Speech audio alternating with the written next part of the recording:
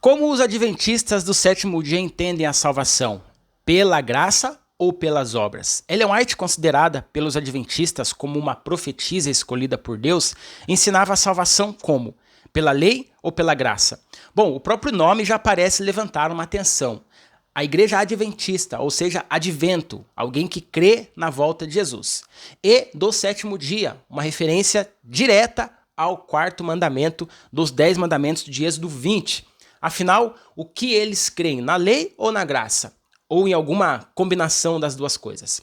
É isso que nós vamos descobrir agora e eu peço que você fique neste vídeo até o final, porque nós vamos ler declarações da própria Ellen White e, ao final, eu darei um veredito aqui baseado, é claro, naquilo que a Igreja Adventista oficialmente ensina. Ela começa dizendo o seguinte: a lei de Deus exige perfeição absoluta. Ela não admite compromissos. Cada pensamento, cada palavra e ação deve estar em harmonia com o padrão divino. Se falharmos em um só ponto, somos culpados de todos. A santidade total é o requisito mínimo para entrar no reino dos céus. The Review and Herald, 1888. E ela continua dizendo o seguinte: nenhum traço de pecado pode ser tolerado por Deus. O caráter deve ser provado e purificado de toda mancha. A obediência contínua e perfeita é a única condição para a vida eterna. Aqueles que não alcançarem este padrão não poderão habitar com Deus. Ela escreve isso no livro Grande Conflito, página 449. Olha só, a linguagem é forte. Ou seja, perfeição absoluta, obediência contínua e perfeita, santidade total como requisito mínimo. Se alguém lesse apenas essas declarações, poderia concluir que a salvação depende de atingir um padrão impecável. Mas isso significa que o ser humano se salva por meio da própria obediência? Ou significa que a lei revela o padrão divino, independente da capacidade humana de alcançá-lo? Será que estamos vendo aqui uma teologia baseada em desempenho ou apenas parte do quadro? Olha o que ela diz agora aqui. Olhai e vivei. Jesus é o único refúgio. Ele tomou sobre si a nossa culpa e morreu a nossa morte. Tudo que temos a fazer é aceitar o seu sacrifício completo. No momento em que o pecador olha para o Cordeiro de Deus, ele é aceito não por algo que ele tenha feito, mas pelos méritos infinitos do sangue derramado no Calvário. Sing of the Times, 1892. Em outro trecho, ela diz o seguinte: o amor de Jesus é um oceano sem margens. Ele nos convida a ir a ele exatamente como estamos, sujos, fracos e desamparados.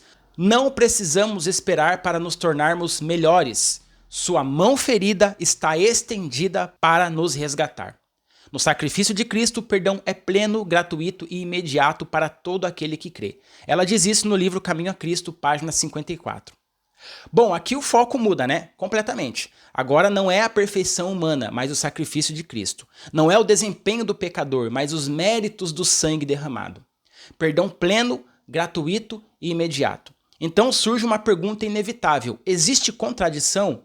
De um lado, perfeição absoluta como requisito. De outro, aceitação imediata pela graça. Afinal, no que os adventistas creem? Olha o que ela diz aqui, presta bem atenção nessa citação aqui.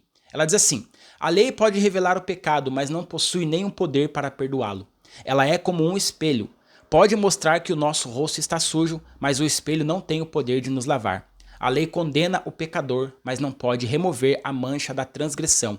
Somente no sangue de Jesus Cristo existe o poder purificador. Mensagens Escolhidas, volume 1, página 213. Bom, aqui a afirmação é direta. A lei revela, a lei mostra, a lei condena, mas ela não salva. Se a própria autora declara que a lei não tem poder para perdoar, então o papel dela precisa ser compreendido corretamente. Olha isso aqui. A justiça de Deus e a sua misericórdia se beijaram na cruz. A perfeição que a lei exige, o sacrifício de Jesus providencia. A lei aponta o pecado para que o pecador corra à graça em busca de perdão. E a graça, uma vez recebida, escreve a lei no coração. A lei e o evangelho andam de mãos dadas. Manuscrito 21, 1981, Parábolas de Jesus, página 128.